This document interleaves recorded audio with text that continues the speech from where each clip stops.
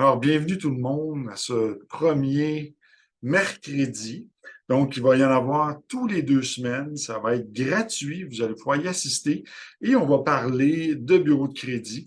À l'occasion, on va avoir des invités dans d'autres situations. Je vais présenter des sujets en lien avec le dossier de crédit, des choses que vous aurez jamais entendu parler auparavant ou qui vont vous permettre de vous perfectionner. Alors, je me suis dit, pourquoi pas mettre mes connaissances au service des professionnels. Donc, on va vous donner des outils, des nouvelles connaissances qui vont vous permettre d'être encore meilleur dans votre prestation de service. Alors, il est 11 heures, on va commencer immédiatement. Alors, bienvenue à ce premier mercredi du 15 novembre 2023. Le prochain aura lieu le 29 novembre. Alors, ces présentations-là sont entièrement gratuites et ne comportent pas de UFC, donc d'unité de formation continue. Donc, c'est une initiative de ma part là, pour permettre aux professionnels de se mettre à jour sur les informations concernant les dossiers de crédit. Question de nous présenter, pour ceux qui ne nous connaissent pas, eh bien, j'ai fondé l'Académie de formation et de prévention de la fraude en 2020 avec Claudia Aubry, qui est présente avec nous aujourd'hui, qui est une spécialiste en cyberinvestigation, et moi-même qui a travaillé pendant des années là, dans les dossiers de fraude, en fait, depuis 2011, accompagné des groupes de victimes de fraude. Donc, on s'est perfectionné, on s'est dit pourquoi pas maintenant partir l'académie. Donc, ça fait déjà 3 ans, on est en pleine expansion. Je ne vous cacherai pas qu'on ne manque pas de travail. Il y a beaucoup de fraude en ce moment dans l'industrie. Et notre désir, quand on a fondé cette entreprise-là, c'est d'apporter des outils aux professionnels pour vous permettre de mieux combattre la fraude. Il y a une célèbre citation du général Sun Tzu, qui est un général chinois qui a écrit au Moyen Âge le livre L'art de la guerre, et qui disait, si tu ne connais ni ton ennemi, ni toi-même, à chaque bataille, tu seras vaincu. Et là, j'entends dans ma tête là, Claudia qui me dit, non, c'est ton adversaire. Eh bien, si tu ne connais ni ton adversaire, ni toi-même, à chaque bataille, tu seras vaincu. Donc, bien important, si vous ne connaissez pas comment les fraudeurs vont venir à vous, eh bien, vous allez vous faire prendre à chaque fois. Donc, notre mission à l'Académie, c'est de vous donner des outils pour vous permettre de faire face à la demande croissance de fraude. Et justement, en parlant de fraude, eh bien, il y en a beaucoup dans le domaine de la correction de crédit. Il y a toutes sortes de gens qui vont s'improviser. Puis, il y a beaucoup de nuances et de mythes dans ça. Donc, on va éclaircir ça en même temps. Alors, pour ceux qui ne me connaissent pas, Sylvain Paquette, je suis vice-président pour l'Institut canadien du crédit, qui est une association professionnelle de directeurs de crédit qui existe depuis 1928. Alors, je suis en poste là depuis 2017. Je suis également consultant en gestion et prévention de la criminalité financière pour l'Académie de formation et prévention de la fraude, qui a l'honneur aujourd'hui de vous présenter cette présentation sur les mercredis. Alors, l'objectif des mercredis, bien, c'est d'aider les professionnels à parfaire leurs connaissances en matière de dossiers de crédit consommateur. Je pense, par exemple, aux gens du domaine de l'automobile où ce que la connaissance sur les dossiers de crédit est à peu près absente ou inexistante. Donc, on va vous donner des outils. Je sais qu'il y a beaucoup de gens d'automobile aujourd'hui qui sont là. Vous allez pouvoir vous parfaire à travers nos formations. Alors, vous serez les bienvenus, puis vous allez apprendre beaucoup de choses. Ça va permettre aussi à tout le monde d'aider les clients, tant au niveau financement qu'au niveau crédit personnel ou planification financière, particulièrement dans la situation de ralentissement économique que nous vivons actuellement et qui va s'accentuer prochainement. De plus, vous allez être en mesure de mieux protéger vos clients aussi contre les personnes, entreprises ou cliniques de crédit qui proposent du rétablissement de crédit et qui ne sont pas réglementés et qui souvent vont commettre des fraudes ou des abus, donc charger des frais exorbitants et des manquements dans l'accomplissement de leurs obligations. Donc, aujourd'hui, on va parler comment voir les erreurs sur les dossiers de crédit et qu'est-ce qui les cause. Donc, vous allez trouver ça sûrement très intéressant parce que c'est des sujets qui ne sont pas couverts là, dans l'industrie. Donc, on va vraiment aller voir c'est quoi la cause et c'est la faute à qui. Et non, ce n'est pas toujours la faute à Equifax ou à TransUnion.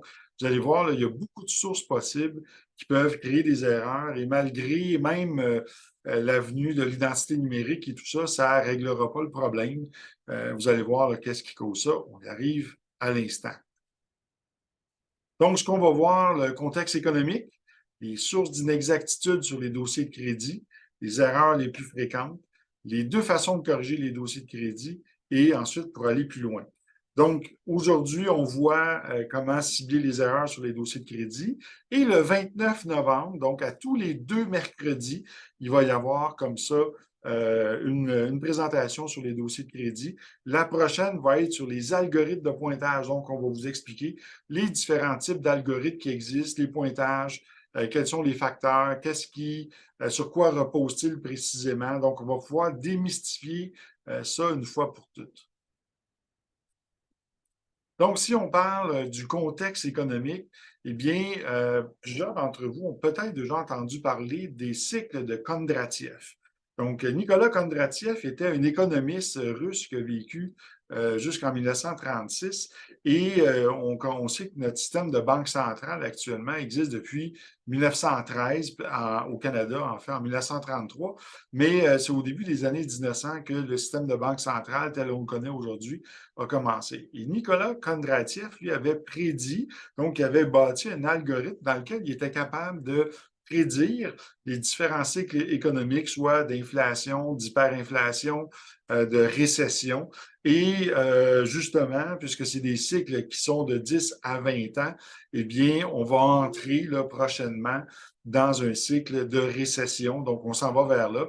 Et pourquoi il y a l'inflation aujourd'hui? Bien, l'inflation, c'est pas un hasard, c'est un outil utilisé par la Banque centrale pour ralentir l'économie, donc empêcher qu'il y ait une hyperinflation et que les taux d'intérêt montent comme dans les années 80, en haut de 20 %. Donc, l'objectif aujourd'hui des banques centrales, c'est de maintenir une économie saine et stable. Toutefois, lorsqu'on monte les taux d'intérêt, comme ça se produit en ce moment, eh bien, ça va créer des pertes d'emplois, ça va créer un ralentissement économique et c'est comme ça qu'on peut, je dirais, là, faire une comparaison, contrôler un peu l'eau, la température de l'eau du robinet. C'est-à-dire que dans l'économie, on pourrait dire qu'il y a de l'eau chaude, de l'eau froide et ce qu'on essaie de trouver, c'est toujours l'équilibre.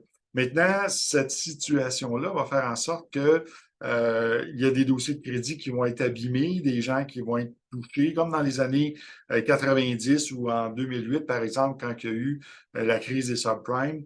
Eh bien, on va se retrouver là, dans un contexte comme ça. Déjà, on voit qu'il y a, dans le dernier trimestre, il y a eu une augmentation de 30 des préavis d'exercice, ce qu'on appelle les avis de 60 jours sur les hypothèques, sur les propriétés.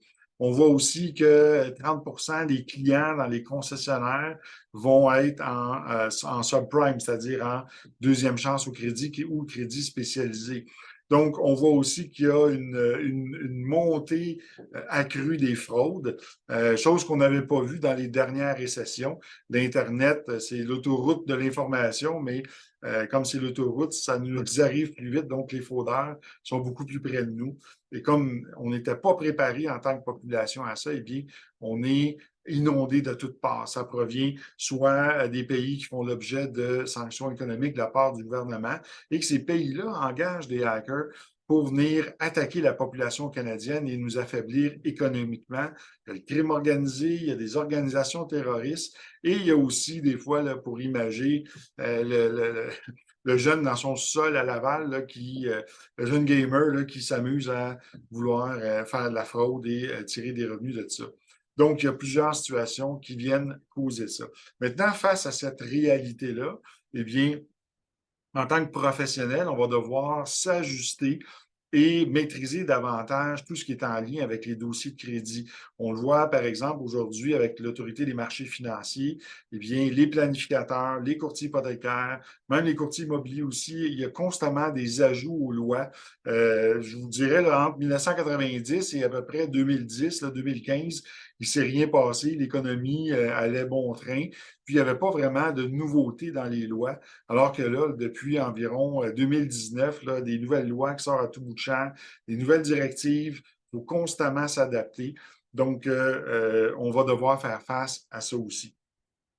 Donc, sachant cela, on va aller voir qu'est-ce qui cause des sources d'inexactitude sur les dossiers de crédit et qu'est-ce aussi les choses auxquelles on va devoir faire face prochainement. D'abord, la première source, pardon, d'inexactitude provient des consommateurs. Et là, je m'explique. Supposons que moi, à l'âge de 18 ans, je suis étudiant, je travaille chez Dépenses Escompte Couche-Tard et que je m'en vais me chercher une carte de crédit Visa Desjardins. Donc, j'applique chez Visa Desjardins, j'obtiens la carte et au moment où j'applique, j'inscris que je travaille chez Dépenses Escompte, je gagne 16 000 par année puis je suis étudiant. Donc, à tous les mois, Visa Desjardins va rapporter sur le ruban. Le ruban, c'est le fichier qui est envoyé à tous les mois par le fournisseur de crédit, en l'occurrence Desjardins, vers Equifax et TransUnion, dans lequel l'information va être mise à jour concernant la carte de crédit que je viens de contracter. Donc, sur le ruban, comme ça, tous les mois, il est rapporté que je suis chez Dépenses Escompte Couche-Tard puis étudiant. Et là, 2 ans plus tard, je demande un téléphone cellulaire. Et là, quand je fais la demande, je dis que je ne suis plus chez Dépenses Escompte Couche-Tard. Maintenant, je suis à temps partiel chez Pratt & Whitney et que je gagne 28 000. Alors là, j'ai inscrit ça. Donc, maintenant, la compagnie de téléphone va rapporter sur le ruban tous les mois une information qui est différente parce que là, je n'aurai pas appelé Visa Desjardins pour dire que ma situation a changé. Et là, entre-temps, là, j'ai un nouvel emploi, donc je commence à travailler chez Bombardier, je gagne 70 000 par année. Et là, je fais une demande pour un prêt auto, je déclare ça. Et mon prêt auto est avec Banque Scotia. Alors là, j'ai Desjardins qui rapporte sur le ruban tous les mois que je suis étudiant et que je travaille chez Dépenses Escompte Couche-Tard, puis je gagne 16 000.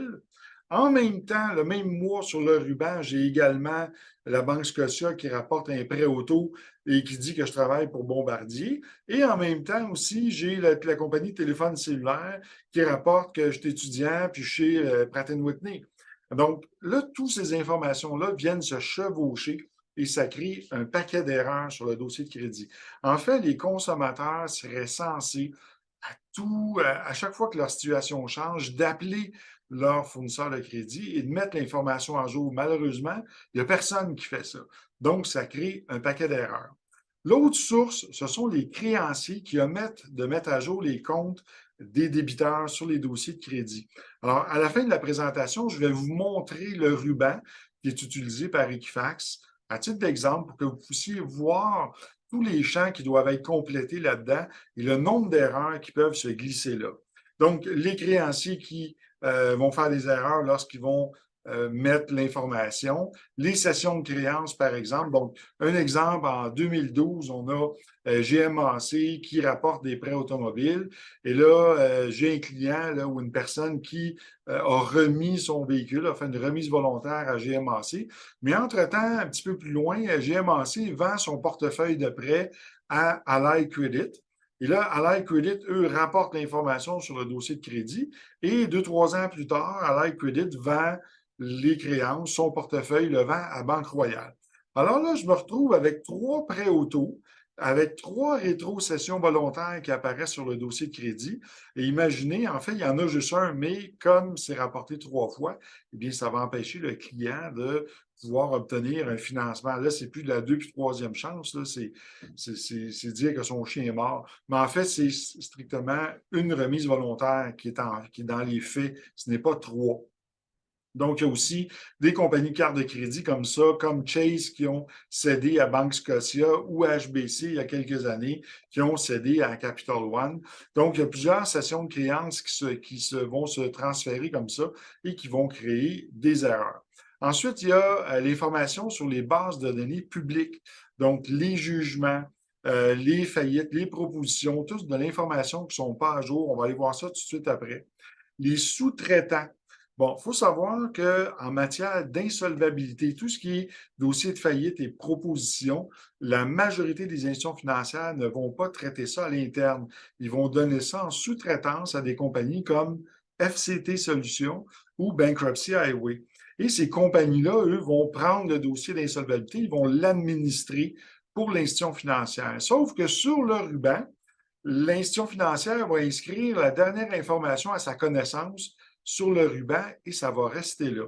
Et ça fait en sorte que tous les dossiers de faillite et de proposition ont à peu près 100 d'erreurs dans ces dossiers de crédit-là. On va en parler un petit peu plus loin. Ensuite, l'autre source d'erreur sur le dossier de crédit, c'est l'utilisateur de la plateforme.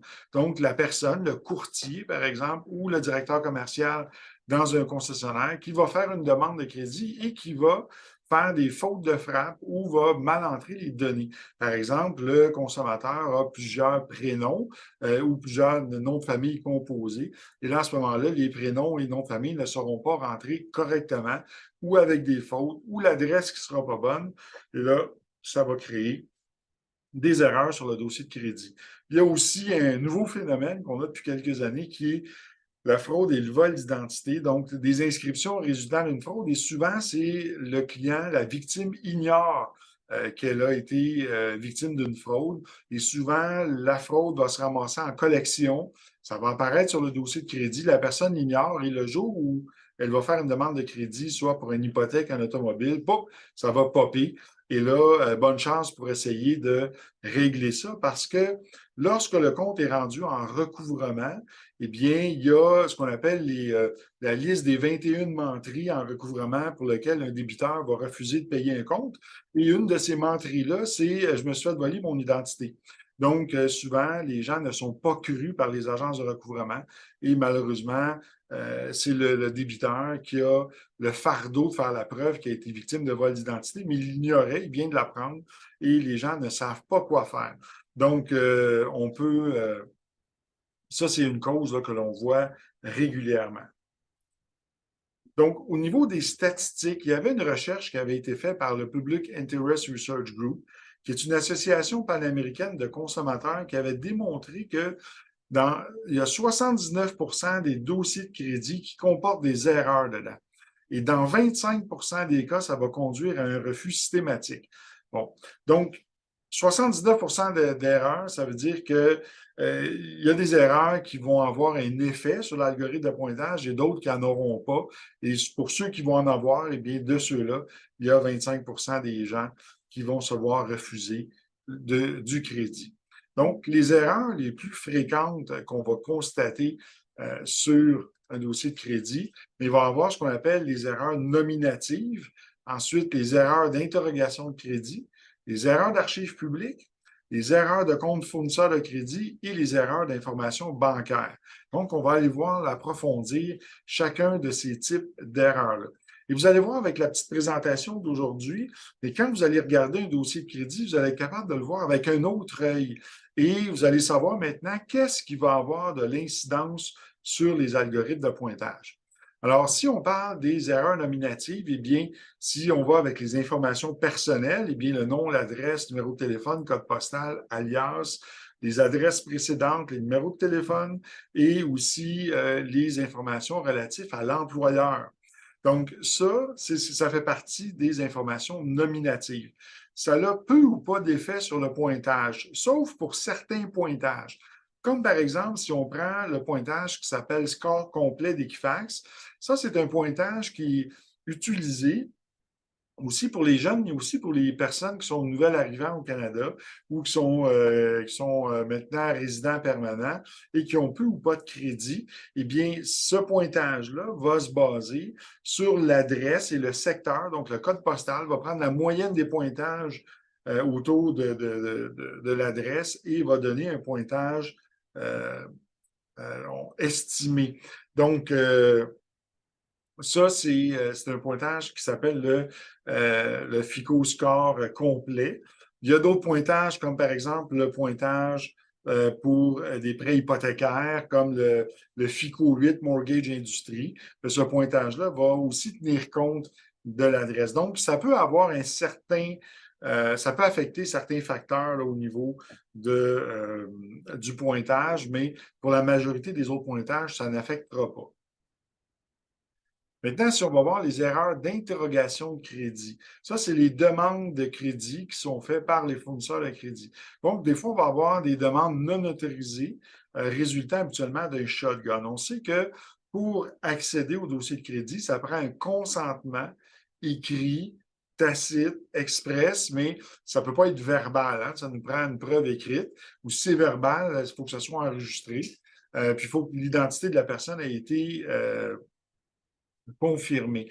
Donc, il y a aussi le phénomène des demandes shotgun qui sont régulièrement utilisées dans l'industrie de l'automobile, où ce qu'un directeur commercial, par exemple, va faire signer un genre de consentement universel avec le portail de transmission pour le prêt automobile et qui va donner autorisation d'envoyer la demande dans plusieurs institutions financières. Et là, ça va créer des fois après 30 jours, parce que les 30 premiers jours, là, si la personne fait plusieurs demandes de crédit pour un même produit, et ça, comment c'est détecté? C'est par ce qu'on appelle les codes d'industrie. Donc, chaque fournisseur de crédit a un code d'industrie, comme par exemple, pour un concessionnaire de voiture neuve, bien, ça va être NA ou FM pour un prêteur hypothécaire. Donc, si c'est pour des prêts hypothécaires, des prêts automobiles, c'est des codes d'industrie différents. Alors, s'il y a plusieurs demandes qui sont faites dans un court laps de temps, bien, ça n'affectera pas le pointage, mais après 30 jours, le pointage va être affecté. Donc, s'il y a eu des demandes shotgun et ça a été fait à l'insu du client, eh bien, le client, là, il y a une façon de les faire enlever. Là, ça, c'est expliqué, on en parlera un petit peu plus loin. Donc, oui, ça peut se faire enlever, mais ça va affecter. Et souvent, ça peut être des erreurs aussi qui ont été faites. Ensuite, au niveau marketing, eh bien, lorsqu'on remplit une demande de crédit, on va donner 3 consentements dans une demande de crédit.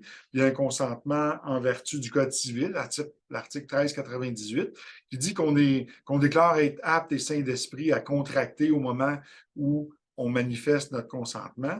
Ensuite, il y a un deuxième consentement en vertu de la loi sur la protection des renseignements personnels dans le secteur privé qui permet de rapporter l'information jusqu'à ce que l'objet du dossier soit accompli. Donc, si c'est un prêt de 5 ans, ça va être rapporté pendant 5 ans, puis ensuite, ça va rester, par exemple, 6 ans selon les politiques de conservation de données.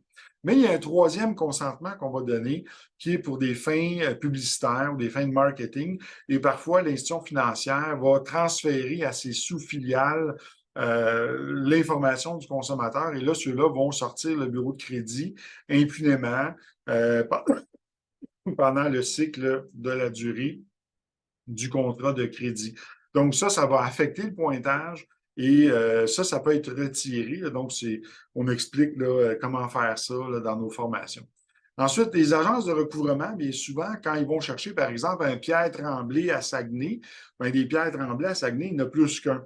Donc, ça peut arriver des fois qu'ils vont tenter de cibler un débiteur qui recherche, puis qu'ils vont tout simplement sortir le mauvais Pierre Tremblay, mais ça va apparaître sur son dossier de crédit. Et il faut savoir que dans la communauté des créanciers, il y a une entente non écrite qui dit qu'on n'accorde pas de crédit à quelqu'un qui a des agences de recouvrement sur son dossier de crédit. Comme ça, les créanciers sont sûrs d'être tous payés un jour ou l'autre parce qu'ils vont dire « Ah, on va t'accorder du crédit, mais à condition que tu aies une quittance de cette agence de recouvrement-là. » Alors, même si l'agence apparaît seulement dans les interrogations et n'apparaît pas dans les archives publiques, eh bien, un éventuel prêteur pourrait dire « Hey, il y a une agence de collection qui apparaît là, il y a peut-être des comptes qui sont dus, fait qu'ils vont refuser de prêter ou ils vont demander des conditions. » Donc ça, on peut les faire retirer aussi la section des interrogations. Même chose avec les agences d'investigation, donc qui sont détenteurs de permis du BSP, du Bureau de la sécurité privée.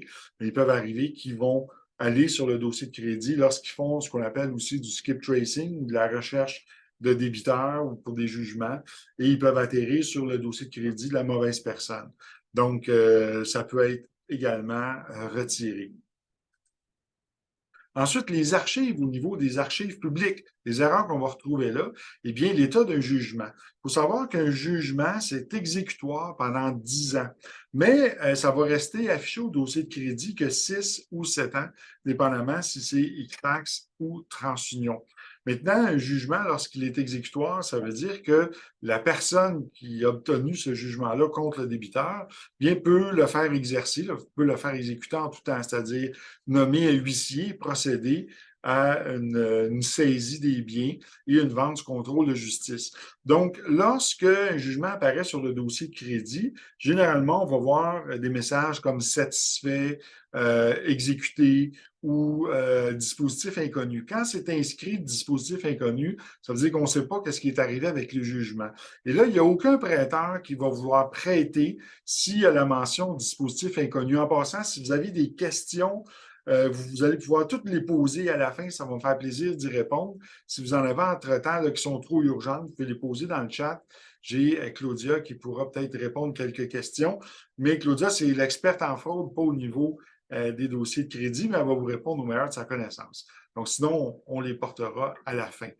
Donc, le jugement, bien, si c'est inscrit dispositif inconnu, encore là, il n'y a personne qui va vouloir prêter parce que si quelqu'un finance, par exemple, un véhicule et qu'il y a une vente sous contrôle de justice, le véhicule va être saisi et c'est le créancier qui a financé le véhicule va devoir s'opposer à la saisie. Donc, pour éviter ça et que habituellement, les saisies, là, les ventes sous contrôle de justice sont rapportées dans les journaux, dans la section des avis légaux. Prenez, ça va être inscrit, l'avis légaux, prenez avis que les biens de André Bourgeois seront vendus telle date, notamment dans ses biens, une souffleuse, un spa, une TV, et ainsi de suite. Donc, comme les institutions financières ne veulent pas passer leur temps à lire tous les journaux qu'il y a au Québec, eh bien, ils vont préférer tout simplement ne pas accorder de crédit. Ensuite, au niveau des procédures d'insolvabilité, faillite, proposition, souvent, sont libérés, mais ne sont pas inscrits libérés ou remboursés intégralement sur le dossier de crédit. Parfois, il y a eu des conditions à la libération du débiteur. Des fois, le débiteur n'a pas été libéré, puis la faillite disparaît du dossier de crédit. Donc, il y a plein de circonstances dans lesquelles on va avoir des erreurs là. Maintenant, les privilèges PPSA, qu'est-ce que c'est ce mammifère juridique? Eh bien, il faut savoir qu'au Québec, les biens immobiliers sont enregistrés, donc la garantie, là, ce qu'on appelle le privilège ou le gage qui est pris sur un bien, est enregistré au registre foncier du Québec quand c'est un bien immobilier. Mais quand c'est un bien mobilier, un meuble, donc ça, c'est enregistré au RDPRM. Alors que dans le reste du Canada, c'est différent. Dans le reste du Canada, c'est le PPSA, le Personal Property Security Act. Et ce fichier-là est rapporté sur le dossier de crédit des non-résidents du Québec, c'est-à-dire tout ce qui est dans le reste du Canada. C'est rapporté sur le dossier de crédit dans la section des archives publiques. Et parfois, il peut y avoir des erreurs là-dedans sur des véhicules ou des propriétés que la personne n'a plus en sa possession, mais qui sont encore inscrits là avec un gage. Ensuite, les agences de recouvrement, bien souvent des comptes qui sont dus et qui sont payés ou qui sont payés et que c'est pas, la quittance n'a pas été enregistrée. Et même chose aussi avec un bref de saisie qu'on va retrouver sur le dossier de crédit. Donc, dans la section des archives publiques, c'est les erreurs qu'on va voir le plus régulièrement. Ensuite, les autres erreurs qu'on va retrouver, c'est au niveau des fournisseurs de crédit. Donc, par exemple, les soldes sur les comptes. Alors, si, par exemple, quelqu'un a une carte Mastercard Banque Nationale, la carte est rapportée R9, donc passée aux profits et pertes, et il y a encore un solde qui apparaît ou qu'il n'y en a pas qui apparaît, bien, il faut qu'il y ait la mention compte acquitté en dessous là, pour dire que c'est payé. Donc, même s'il n'y a pas de solde qui apparaît, il peut y avoir un montant qui est dû, et ça, on ne le verra pas nécessairement dans les commentaires. Donc, il y a beaucoup d'erreurs qui vont se produire là. On pense, par exemple, à des comptes de prêt auto, des comptes de, de prêts meubles qui ont été remboursés, mais qu'il y a toujours un solde qui est resté là. Je vous conte une petite histoire là, rapidement. Moi, j'ai une cliente là, qui est médecin, qui a un très bon revenu et qui avait un Mercedes avec son conjoint. Donc, ils étaient tous les deux sur le prêt. Donc, ils ont décidé de changer de véhicule. Ils sont allés chercher une nouvelle Mercedes. Sur le dossier de crédit de madame, le premier Mercedes n'a pas été mis à jour puisqu'elle était conjointe sur le prêt. Donc, il y avait encore un solde qui apparaissait. Va chercher un deuxième Mercedes, maintenant un nouveau prêt, toujours conjoint avec son mari. Et là, 6 mois plus tard, elle a une perte totale. Et là, va chercher un nouveau prêt pour un troisième Mercedes. Mais là, sur son dossier de crédit à elle, il y a 3 prêts Mercedes qui totalisent tout près de 350 000 Elle a un revenu de 400 000. Elle est allée chez Best Buy et s'est acheté une TV 4K, puis elle s'est fait refuser au crédit. Elle est en fusil. Elle m'a appelé un dimanche après-midi. Sylvain, je vais acheter le Best Buy, je vais tous les mettre dehors. Je dis non, fais pas ça. Fais pas ça, c'est pas de leur faute. Et là, on est allé voir son dossier de crédit, puis on a vu tout simplement que les prêts n'avaient pas été mis à jour. Donc, il y a plein d'erreurs qui se produisent comme ça. Le classement du compte, bien, par exemple, quelqu'un qui a été libéré d'une proposition de consommateur, donc il a remboursé intégralement, mais la cote du compte devrait être classée avec la cote 7, qui veut dire euh, remboursement en vertu d'une ordonnance de proposition. Et ça va rester seulement 3 ans sur le dossier de crédit. après le remboursement intégral. Mais si les gens ne l'ont pas corrigé, si le débiteur ne l'a pas corrigé ou un professionnel ne l'a pas corrigé, eh bien, souvent, ça va être classé avec une cote 9 et ça va rester 6 ans sur le dossier de crédit. Donc, ça, là, les dossiers de faillite et propositions, 100% d'erreur là-dedans tout le temps.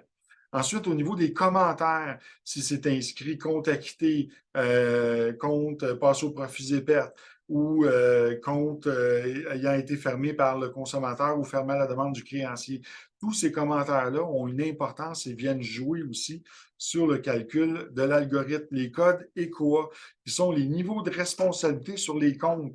Il y a plusieurs lettres qui peuvent exister. Il y en a deux que vous connaissez couramment, qui est le I et le J. I pour individuel et J pour conjoint. Généralement, il y a une petite étoile à côté là, pour donner ce code-là. Et il y a d'autres mentions comme T, W, Y et Z ou X qui vont apparaître pour désigner le niveau de responsabilité. Ensuite, il va y avoir les codes d'industrie et il va y avoir aussi l'historique de paiement qui va, bien sûr, si le client paye bien ou pas, mais ça arrive des fois qu'il y a des erreurs qui s'infilent, comme par exemple, j'ai eu un cas, moi, sachez là, que j'ai traité en matière de correction de crédit là, dans ma carrière, plus de 10 000 dossiers. Donc, j'ai vu à peu près tous les cas inimaginables. J'ai un client qui avait un prêt avec Chrysler Crédit et au début, il décide de reporter un paiement à la fin. Bien, ils l'ont rapporté avec 60 paiements en retard. Donc, ça, c'est une erreur. Là, ça n'aurait pas dû être comme ça. Donc, c'est des cas d'exemple que l'on voit d'erreurs sur les dossiers de crédit. Dans la section bancaire, eh bien, cette section-là, elle est peu exploitée, mais généralement, ce qu'on va retrouver là, ce sont par exemple des comptes à découvert ou des chèques sans provision qui vont apparaître, donc un certain nombre d'NSF. Évidemment, ça a un effet négatif. Toutefois, ça n'affecte pas le pointage comme tel, mais ça peut, s'il y a un solde qui est dû, ça va se calculer dans les soldes dus dans l'ensemble du pointage. Et oui, ça peut affecter là, un peu l'algorithme, mais pas comme une cote 9 là, va le faire, par exemple. Donc, les deux façons de corriger un dossier de crédit, eh bien, il y a la voie, on pourrait dire la voie de gauche, qui est la voie ardue, et la voie de droite, qui est la voie la plus facile, mais la moins connue. Alors, depuis fort longtemps, les gens ont toujours utilisé la voie qu'on appelle sans recours. Donc, la voie sans recours, qu'est-ce que c'est? C'est que Equifax propose un document sur lequel le consommateur peut demander des corrections sur son dossier de crédit, mais Equifax n'est pas imputable des réponses qu'elle va donner, qu'ils vont donner. Donc, vous pouvez demander qu'une information soit corrigée. Et souvent, comme le consommateur ne connaît pas le lexique, le langage du domaine des bureaux de crédit, ben, il ne saura pas quoi demander. Il va demander des choses qui sont frivoles ou qui n'ont pas d'allure et ça va faire en sorte que les corrections n'auront pas lieu. La plupart des consommateurs dans ma carrière m'ont dit que généralement, pour obtenir une correction avec cette voie-là, on parle de 3 tentatives là, auprès d'Equifax avant d'arriver à quelque chose. Et souvent, les gens vont se faire répondre, ben non, ça va rester là 6 ans, puis il n'y a rien que tu peux faire. Alors, Equifax, malheureusement, et TransUnion se font juge et partie.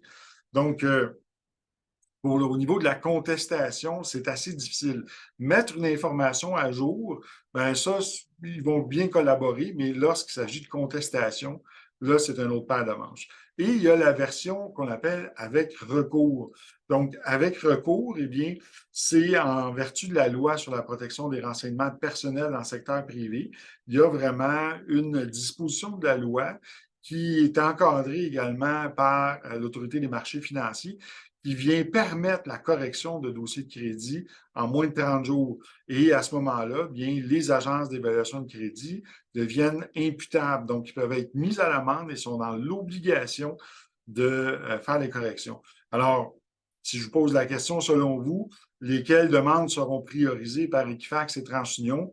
Bien, la réponse va de soi, ça va être les demandes avec recours. C'est les demandes pour lesquelles ils sont imputables. Mais comme on a vu précédemment, ils n'ont pas tous les torts. On ne peut pas dire que c'est toute la faute à Equifax et TransUnion. Non, le consommateur a une responsabilité. Les bases de données publiques, les institutions financières, il y a un paquet de joueurs dans ça qui viennent influencer. Alors, pour aller plus loin, eh bien, aujourd'hui, dans cette section-là, c'est enregistré. On va probablement le réutiliser ou le mettre disponible. Pour aller plus loin, eh bien, je vais vous parler un petit peu de qu'est-ce qu'on peut faire comme travail, qu'est-ce qu'on peut vous offrir pour continuer. Et s'il y a des choses qui vous intéressent là-dedans, bien, je vous invite à communiquer avec nous. Alors, si vous voulez aller plus loin puis d'en connaître davantage, puis devenir un expert comme moi, eh bien, c'est possible. D'abord, on offre un service de coaching. Donc, pour obtenir de l'expertise sur le dossier de crédit, ça commence dès aujourd'hui. Je ne faisais pas ça avant, mais j'ai décidé de me lancer. Donc, pour les dossiers de crédit complexes, on a aussi un service, une formation qui est accréditée à titre de formation continue, là, donc à titre de dispensateur pour l'Autorité des marchés financiers en courtage hypothécaire. Donc, cette formation-là, elle est aussi disponible pour les gens du crédit, les gens du financement, de l'automobile, bref, de tous les types de financement. Et cette formation-là, d'une durée de 12 heures, vous apprend comment vous-même accompagner les consommateurs à corriger leur dossier de crédit. Et on a une formation aussi en entreprise, donc pour les concessionnaires ou les bureaux de courtier, où ce qu'on va venir sur place et on peut vous donner deux choix. Soit qu'on vous montre comment approfondir l'accompagnement du client pour corriger le dossier de crédit, ou vraiment d'en faire une business et devenir une business de correction, de réhabilitation, et à ce moment-là, bien, charger des frais pour pouvoir le faire. Donc, si vous avez de l'information à vouloir là-dessus, simplement communiquez avec moi. Ça me fera plaisir de vous en expliquer les termes et conditions. Maintenant, pour aller plus loin dans le coaching, eh bien, on charge un tarif de 100 par bureau de crédit. Maintenant, si la personne a suivi les trois modules, eh bien, sur le cours, là, sur la correction de crédit, eh bien, vous obtenez 50 de rabais, donc ça devient 50 pour aller chercher une expertise. Donc, vous m'appelez et en quelques minutes, je vais analyser le dossier de crédit avec vous et je vais vous donner les pistes de solutions et les outils de correction à utiliser. Donc, c'est très rapide, là, vous n'avez pas à vous casser les méninges. Ensuite, pour la formation sur la correction des dossiers de crédit, eh bien, je vais vous donner une petite idée là, de qu'est-ce qui est couvert dans les trois modules. Ça se fait sur 3 avant-midi. La formation, elle est préenregistrée, donc vous pouvez la réécouter. Donc, vous pouvez la suivre en live ou la réécouter en différé. Cependant, ça ne s'applique pas pour les courtiers hypothécaires. Là. Vous devez la faire vraiment en webinaire. Mais pour les autres, comme les gens de l'automobile, bien, vous pouvez l'écouter plus tard dans le temps, si vous n'avez pas le temps, ou la faire à votre rythme. Et dans ce premier module, ce qu'on va regarder, c'est l'historique et l'esprit des dossiers de crédit. Donc, comment circulent les données, où il faut aller faire les corrections, les notions de consentement, apprendre tout ça. On va regarder les différentes lois qui s'appliquent en matière de méthodologie de correction de crédit. On va voir les normes de réhabilitation. Donc, comment atteindre les pratiques courantes des banques, des fiducies et compagnies de finances. On va voir comment évaluer un dossier de crédit. On va voir les actions à poser. Donc, est-ce que c'est une contestation, une mise à jour, un règlement? La recherche d'informations dans les bases de données, comment aller chercher les quittances, les documents qu'on a besoin pour arriver à faire les corrections. Et ça, le prochain point, il est très important, c'est l'incidence sur les pointages. Combien on gagne, on perd de points par type de délinquance. Donc ça vous permet de dire au client, bien, aujourd'hui, ton pointage est à 550. Dans 60 jours, il va être rendu à 670. Et voici comment je vais faire. Donc, ça vous donne vraiment les outils pour être capable de bien conseiller votre client, puis arriver à des objectifs réalisables à court terme. Ensuite, dans le module 2, on va apprendre la mise à jour avec recours. Donc, c'est quoi la procédure de rectification avec la loi? C'est quoi les formulaires qu'on utilise? Comment fonctionne la négociation de dette avec l'Office de la protection du consommateur? Est-ce qu'on a besoin d'un permis pour faire ça? On va aller voir tout ce qui est en matière d'insolvabilité et de correction.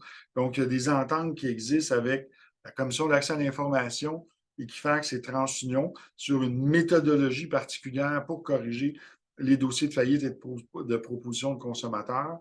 On va voir les rétrocessions volontaires. donc involontaire aussi. Donc, tout le processus de comment, quand on remet une maison, quand on remet une voiture, un bien, qu'est-ce qui se passe sur le dossier de crédit. On va voir aussi au point 5 comment contester de l'information qui est une erreur en fait sur le dossier de crédit. La réhabilitation du pointage, c'est quoi les produits qu'on va utiliser, les bons produits pour arriver au pointage que l'on vise. Et on va aller approfondir la loi sur les agents d'évaluation de crédit qui maintenant vient encadrer les pratiques commerciales des agences de crédit. Ensuite, dans le module 3, eh bien, là, on va aller voir vraiment au niveau de la fraude et le vol d'identité. Donc, ça va faire la distinction entre une fraude à l'identité puis une usurpation d'identité, l'entrevue avec la victime, ensuite l'identification du stratagème, comment est-ce qu'on fait pour arrêter la fuite d'informations, les étapes de correction qu'il faut faire, la déclaration solennelle de vol d'identité et les couvertures offertes par les compagnies d'assurance. Donc, même vos honoraires peuvent être couverts et des fois, vous allez apprendre aux clients aussi qu'il y a certaines choses pour lesquelles il peut être indemnisé par son assureur. Donc, c'est vraiment intéressant comme formation. Ça vous donne la recette clé en main pour en moins de 3 mois, 90 jours, réhabiliter le dossier de crédit tel qu'il était avant le méfait. Si les consommateurs n'ont pas ça, ça peut prendre jusqu'à 15 ans avant de pouvoir réhabiliter leur dossier parce que c'est eux qui ont le fardeau de la preuve. Alors ici, on vous montre tout comment faire. C'est relativement très simple. C'est une procédure d'accompagnement où vous donnez la clé au client comment faire.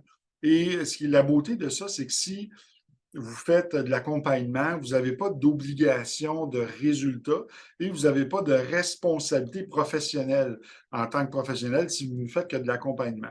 Par contre, si vous choisissez la voie de dire, ben moi, je veux en faire une business de ça, et là, ça va être différent.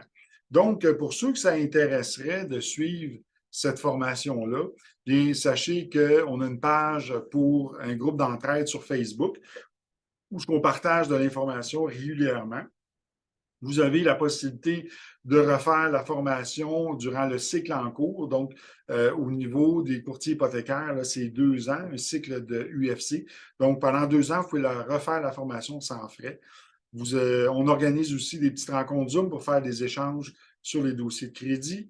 Vous avez accès à toutes les informations, les documents. Vous avez accès à la formation que vous avez suivie pendant 12 mois. Vous avez 50 de rabais sur le coaching.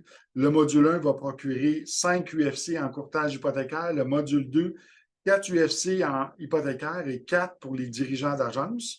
Module 3, même chose aussi, 3 UFC en régulier et 3 UFC pour les dirigeants responsables.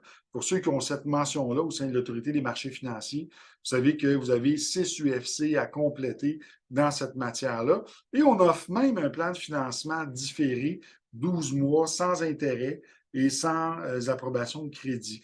Donc, on prend tout le monde. En ce moment, on a une promotion. Donc, on a les prochaines formations vont être en novembre et en décembre. Il y en a une qui commence vendredi. Il y a 25 places disponibles. Et on offre un financement 12 mois là, sans intérêt, sans frais cachés, sans rien. Donc, il y a un rabais de 600 en ce moment. La formation est 2097 et en ce moment, on a un prix de 1497. Ceux qui sont courtiers hypothécaires, eh bien, vous obtiendrez 12 UFC à la fin de cette formation-là. Ensuite, la formation en entreprise, pour ceux que ça intéresse, eh bien, si c'est un concessionnaire, par exemple, eh bien, vous pouvez offrir soit un service d'accompagnement pour vos clients, donc on forme vos FNI, ou soit que vous pouvez dire, bien, nous, on veut vendre ce produit-là, un peu comme une garantie prolongée avec les services d'un avocat. Et là, on parle d'un 1012 1300 de profit que les entreprises qui vont viser ce genre de service-là vont aller chercher par client. Donc, le 29 novembre à 11 h, on va parler des algorithmes de pointage. Je ne représenterai pas nécessairement la formation sur la correction des dossiers de crédit. Donc, on va sauter dans le vif du sujet à l'algorithme. Alors, on arrive à la fin. Est-ce qu'il y en a d'entre vous qui ont des questions? Je vous demanderai tout simplement de lever la main, puis je vais vous donner la parole, puis on va pouvoir répondre à toutes vos questions. Sylvain, on a déjà eu deux questions. Donc, on a Manon qui veut savoir, au niveau de la responsabilité, est-ce qu'il existe une charte? Par exemple, à qui appartient la faute si on octroie du nouveau crédit à quelqu'un qui a été ou est en proposition au consommateur ou en faillite? Ben, en matière de faillite, le maximum, c'est 500 dollars, c'est ce que je me souviens, ce que la loi permet, là. Puis,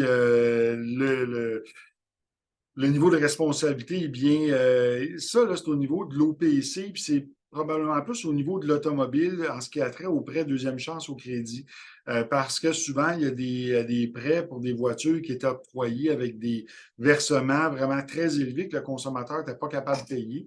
Et là, ça l'amenait à beurrer son dos, excusez l'expression beurrer, mais endommager son dossier de crédit. Donc, à ce moment-là, le commerçant, lui, avait une responsabilité par rapport à ça. Maintenant, il n'y a pas, en matière de réhabilitation de crédit, là, si vous offrez un service d'accompagnement, comme je disais, il n'y a pas de responsabilité puisque c'est un service d'accompagnement que vous donnez à vos clients. Ça peut être gratuit. Vous faites juste les conseiller et leur donner les bonnes lettres à utiliser pour faire les corrections. Puis, ça va se faire tout seul en moins de 30 jours. Des fois, il y a des corrections qui se font en 10 jours, en 15 jours. C'est assez rapide. Maintenant, au niveau des courtiers hypothécaires, vous avez un formulaire qu'Equifax vous fournit pour faire certains types de corrections. Puis ça peut prendre 5 à 10 jours aussi, mais ce n'est pas toutes les corrections que vous pouvez faire avec ça. À ce moment-là, la méthode que nous, on offre va vous offrir un plus grand éventail de possibilités. Maintenant, pour la responsabilité, bien, comme je disais, c'est plus en vertu de la loi de l'OPC. Et si vous faites, par exemple, un commerce de ça, de correction de crédit, donc vous partez une entreprise là-dedans, mais là, oui, vous aurez une responsabilité, là, puis vous allez devoir avoir ce qu'on appelle un cautionnement auprès de l'OPC. Merci Sylvain. On a une autre question de Sonia qui dit, pouvez-vous expliquer comment une préapprobation affecte le pointage? Le client dispose-t-il de 6 mois pour demander de nombreuses préapprobations dans ce laps de temps? Est-ce considéré comme du soft touch? Oh, ça dépend comment l'institution financière va le rapporter. Si je prends l'exemple de Multiprêt, Multiprêt, il offre ça de la préapprobation en ligne et ça va sortir dans les demandes soft. Il y a certaines institutions qui vont donner aussi une préapprobation en fonction du pointage, mais quand le moment va être venu de conclure ou de finaliser l'approbation, donc là, à ce moment-là, ils vont sortir le dossier de crédit. Donc, en principe, une préqualification, ça va sortir dans les softs, mais encore là, il y a des institutions qui peuvent sortir un dossier de crédit complet. Je ne me souviens pas c'est lesquels, je crois que c'était la Royale qui faisait ça. Eux, ils sortent le dossier de crédit tout de suite, alors qu'il y en a d'autres qui vont le sortir plus loin dans le temps. Donc, il y en a qui vont juste demander un pointage, donc qui n'auront pas accès au dossier de crédit. Mais généralement, ça va sortir dans les softs.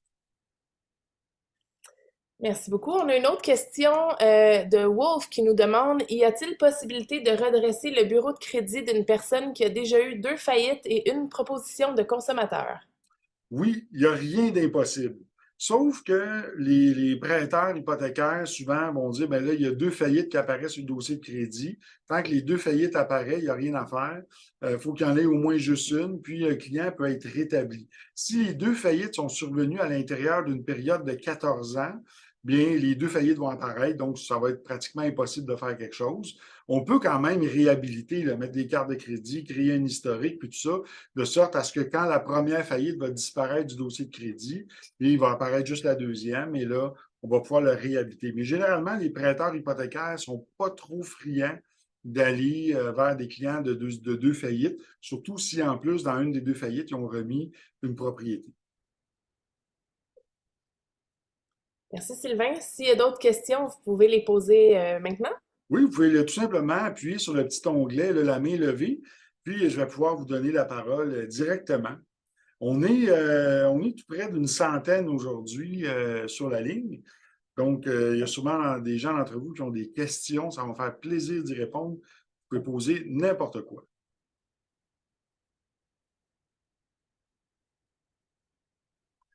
Ah, on a Alexandre qui a une question. Alors, Alexandre, je te donne la parole. Alors, tu peux parler. Juste à activer ton micro.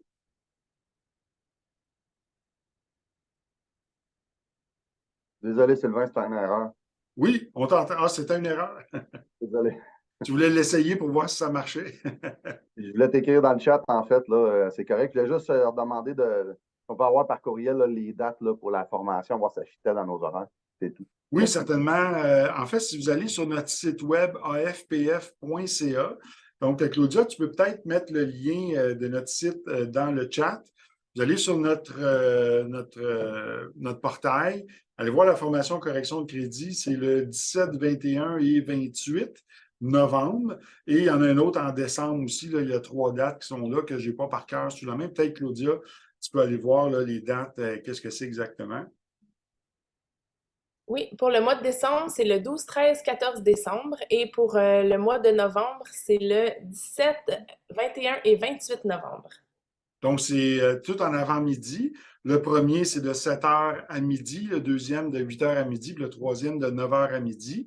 C'est enregistré, donc si vous en manquez une petite partie, là, vous pouvez la réécouter après, c'est pas trop grave. Par contre, pour ceux qui ont des UFC là, avec l'Autorité des marchés financiers, vous devez l'écouter au complet, là. Vous ne pouvez pas l'écouter en différé.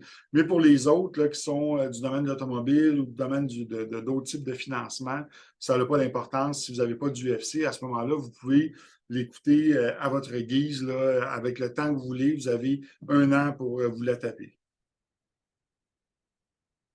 Est-ce qu'il y a d'autres questions? Là, vous avez avec vous un expert en dossier de crédit. J'ai écrit un livre qui s'appelle La face cachée des bureaux de crédit, que vous pouvez trouver sur Amazon. C'est un livre que j'ai publié en 2011. Alors, vous pouvez me poser toutes les questions que vous voulez, là, aussi complexes qu'elles peuvent être, et ça va me faire plaisir d'y répondre. Il y a plusieurs questions, Sylvain. Donc, on a Silvio qui demande, pour une personne qui a fait une proposition de consommateur, comment pouvez-vous rétablir ce crédit pour pouvoir acheter une maison? Mais la première chose à faire, là, c'est que ça, là, c'est une erreur que les gens ont fait pendant des années. Il y a 2 étapes pour réhabiliter un dossier de crédit. La première chose, il faut corriger les erreurs. Et la deuxième, ça prend du nouveau crédit obtenu après le remboursement intégral de la proposition ou de la libération. Donc, première chose qu'il faut faire, c'est que tous les comptes qui sont classés avec une cote 9 dans le dossier de crédit, il faut les ramener avec une cote 7, un solde à 0, puis la mention inclus dans la proposition. Même chose s'il y a un jugement qui apparaît et s'il y a des comptes en recouvrement qui étaient inclus dans la proposition qui apparaissent aussi, bien ça aussi, il faut les retourner dans le temps, donc dans le passé, il faut les faire inscrire, inclus dans la proposition. Une fois que tout cela est fait, on va aller chercher des instruments de crédit. Généralement, pour se classer là, au niveau du crédit A, là, je ne parle pas du crédit B, mais si on va aller vers le crédit A, ça prend au moins 2 ans de libération de proposition.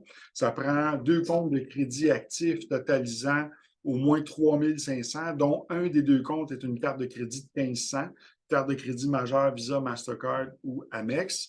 Et il ne faut pas qu'il y ait aucun dérogatoire sur le dossier de crédit. Donc ça, là, c'est le standard minimum pour qu'un client puisse se requalifier. Cependant, il ne pourra pas se qualifier ni avec la Banque Royale ni avec la Banque Scotia parce que ces 2 institutions-là ne traiteront aucun dossier qui a une proposition affichée au dossier de crédit. Vas-y avec d'autres questions.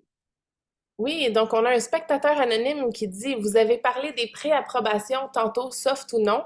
Est-ce la même chose pour les pré-approbations automobiles au niveau du report au bureau de crédit? Mais dans l'automobile, ça n'apparaît pas au niveau des softs, ça va apparaître sur les demandes régulières. Donc, si vous faites ce qu'on appelle les fameux shotguns là, dans l'automobile, c'est que vous l'envoyez dans 10 banques en même temps. Sur le coup, pendant une période de 14 jours, ça n'affectera pas le pointage. Ça va être considéré pour une seule demande s'ils ont tous le même code d'industrie. Ça veut dire que c'est tout du prêt pour véhicule neuf. Mais si là-dedans, il y en a un, c'est un prêt spécialisé, l'autre, c'est un deuxième chance, puis l'autre, un troisième chance, ça, c'est plus pareil, ça vient de tout changer. Donc, après 30 jours, là, la chute de pointage va survenir. Fait que oui, ça va affecter si on fait des demandes shotgun. Merci. Autre question? Olivier qui dit, si le client utilise plus de 50% de sa limite sur sa carte de crédit, mais la rembourse le lendemain, est-ce que son pointage sera affecté?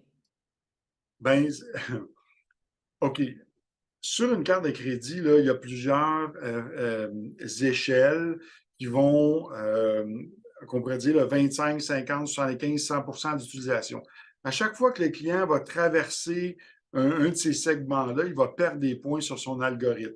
Pourquoi? Parce que le principe veut que plus les cartes se remplissent, plus que le pointage va descendre. C'est une question de risque. Maintenant, répète la question, c'était...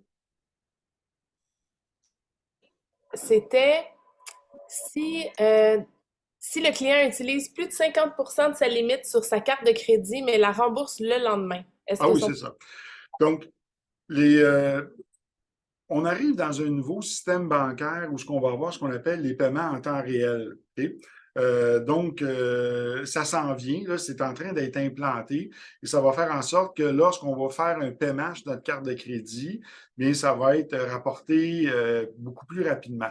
En ce moment, la manière que c'est fait, c'est que même si on fait un paiement sur notre carte de crédit, ça va prendre 30 à 60 jours avant d'être rapporté sur le dossier de crédit. Pourquoi? Parce que les fournisseurs de crédit, ça me fait penser, je voulais vous montrer le ruban.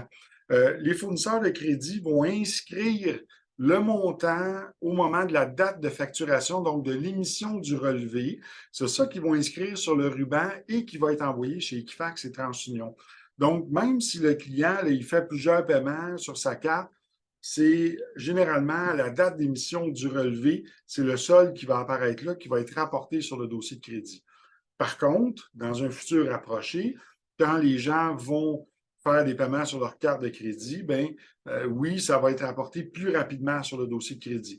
En ce moment, ça va être rapporté si, par exemple, vous faites une avance de fonds de 10 000 sur votre carte de crédit, je vous jure que le lendemain, ça va être rapporté. Là, ils sont pressés de le rapporter. Mais si vous faites un paiement, là, il n'y a pas urgence, ça va aller à la date d'émission du relevé. Et ça, quand vous regardez votre relevé de carte de crédit, là, vous avez la date d'émission du relevé, puis vous avez la date d'échéance du paiement minimum. C'est la date d'émission du relevé. Cette date-là est la même à chaque mois. C'est le solde ce jour-là qui va être rapporté sur le dossier de crédit. Alors, Claudia, on a d'autres questions? On a Anna qui demande est-ce qu'on peut réécouter cette formation? Bien oui, en fait, il est enregistré. Donc, ça va être possible de la réécouter. On vous l'enverra à tous. Puis vous allez pouvoir la réécouter sans problème. Ça va nous faire plaisir.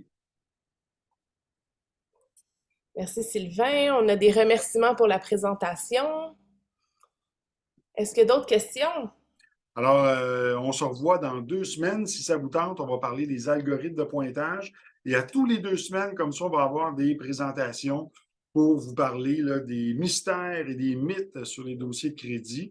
J'espère que vous allez apprécier, que vous allez en apprendre beaucoup, puis qu'on va répandre le plus possible l'information. S'il y en a d'entre vous qui veulent maîtriser la correction des dossiers de crédit, et ça, c'est fait, c'est la seule formation au Québec qui est accrédité par l'Autorité des marchés financiers sur le sujet en courtage hypothécaire. Donc, je vous invite là, à vous y intéresser davantage. Il y a beaucoup de belles choses à apprendre et c'est une formation très intéressante.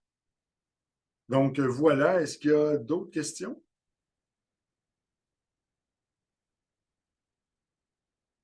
Pour l'instant, pas d'autres questions. Beaucoup de commentaires positifs de participants qui ont aimé la présentation.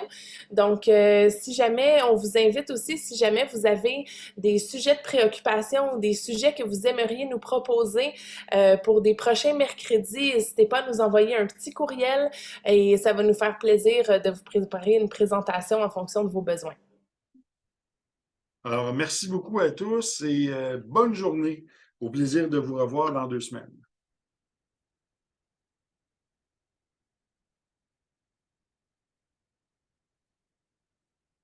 Alors, merci Claudia pour le soutien aujourd'hui. Avec plaisir.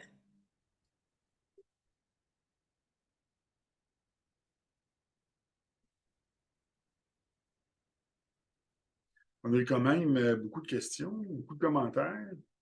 C'est très positif. Donc, on a hâte de recommencer. Merci tout le monde, à la prochaine. Au revoir.